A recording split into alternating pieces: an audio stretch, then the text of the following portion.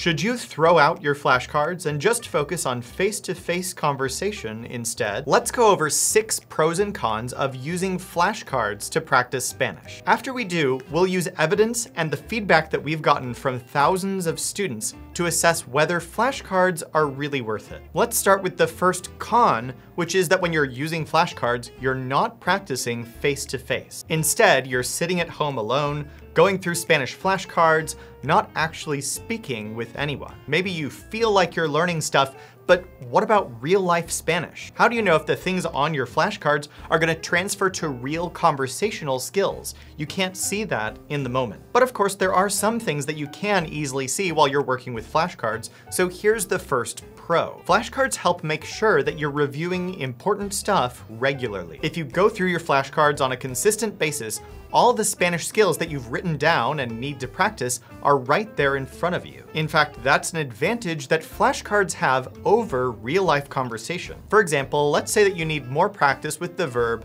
ponerse. This is a very important verb, and it's used in a bunch of different complicated ways, so you do have to practice it.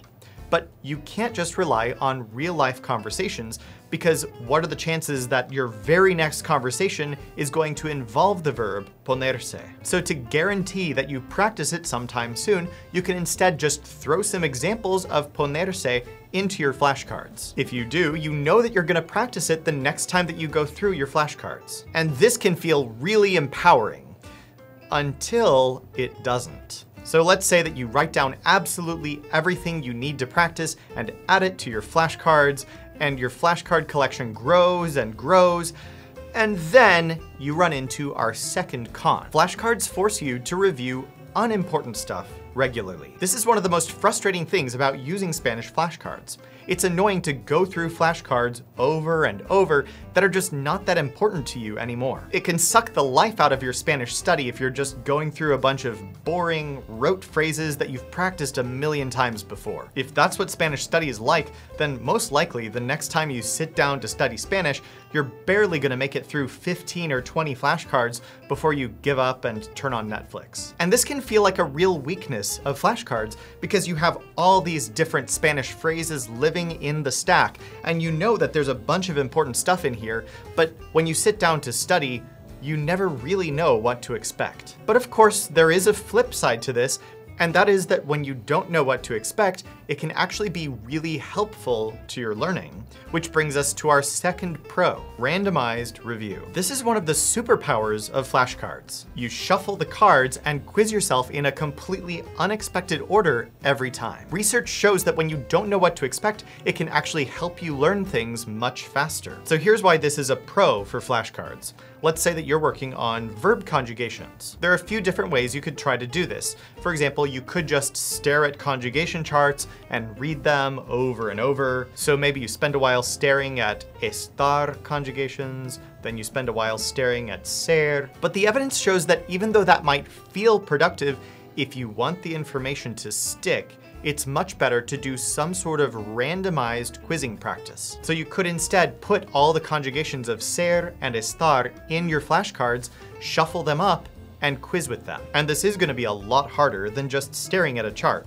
But research shows that this type of randomized practice does lead to better learning. And this goes against some of our instincts, because it might feel productive just to stare at conjugation charts and read them over and over. But randomizing your review is much better at preparing you for real life. Well, it might be.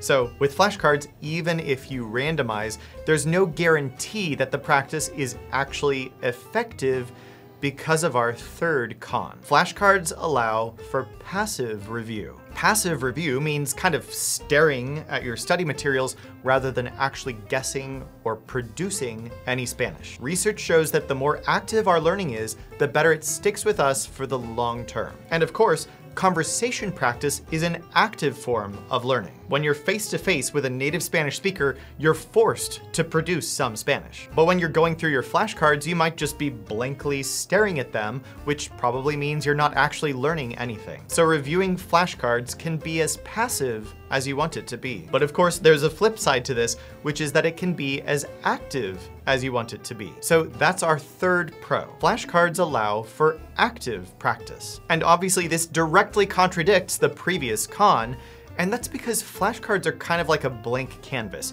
You can do whatever you want with them. They can encourage you to just flip through them passively, which isn't good. But they also have a way of encouraging active practice, specifically because of the fact that they're two-sided. At any given moment, there's hidden information which can encourage you to make an active guess. So assuming you have English on one side and Spanish on the other, you might start by reading the English, then make a guess about the Spanish, then flip it over to see if you were right. So compare that to just staring at a bunch of words on a page. If you're doing that, all the information is right there in front of you. There's nothing to guess. But with flashcards, the hidden information teases you constantly, so that encourages you to make active guesses. This simple practice of always trying to make a guess before flipping over a card is what can make flashcards really powerful, especially if you make those Spanish guesses out loud. So to review, here are all the pros and cons that we've mentioned. So what's the verdict? Well, I think the pros outweigh the cons if you use flashcards correctly. There are 3 things we have to do for flashcards to be worth the effort. First, you have to maximize the pros that we mentioned. Second, you have to minimize those 3 cons.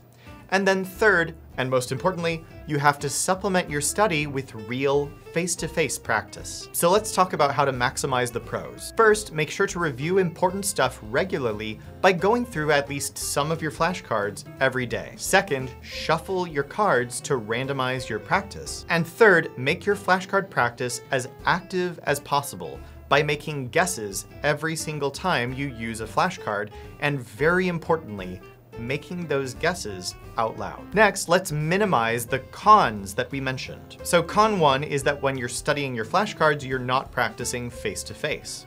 Now, one obvious way to minimize that is to make sure to balance your individual study time with real face-to-face practice. Don't use your flashcards as an excuse not to actually use Spanish in real life. And then there are also ways to make sure that your flashcards are really preparing you for real-life conversations. I shot a separate video about this called 5 Steps to Speaking Spanish Confidently, which is all about how to make sure that your Spanish study is preparing you for real life. Con 2 is that flashcards can force you to keep practicing a bunch of unimportant stuff, which can be really boring and unproductive. The simplest way to minimize this is just to throw out flashcards that you don't need to review anymore. So anything that feels like you've really mastered it or it's just not that important anymore, you can get rid of them. A more advanced way to do this is to use a spaced repetition system. This is a process that helps make sure that you're only reviewing the most important flashcards on any given day. And you can subscribe to this channel for an upcoming video on how to set up a spaced repetition system. And then con 3 was that flashcards can encourage passive practice. But of course, if you're making active guesses and if you're speaking out loud while practicing, we can minimize this drawback as well. So to summarize, flashcards truly can be a great way to practice Spanish on your own if you do it right. And we've seen the results of this firsthand. Our Spanish coaches have helped thousands of English speakers achieve fluency in Spanish. And our most successful students, the ones who become so fluent that they agree to do spontaneous interviews entirely in Spanish, all used flashcards to help them get there. And specifically, they used the flashcards from SpanishVideoCourse.com. This is a free online course that includes 250 step-by-step lessons of mastering Spanish grammar and real-life Spanish skills. The course includes thousands and thousands of flashcards to practice Spanish at every level. So to put everything from this video into practice right away, you can just go to SpanishVideoCourse.com for instant access to all these flashcards for free. And then subscribe to this channel for more study tips that'll get you speaking Spanish fluently faster than ever.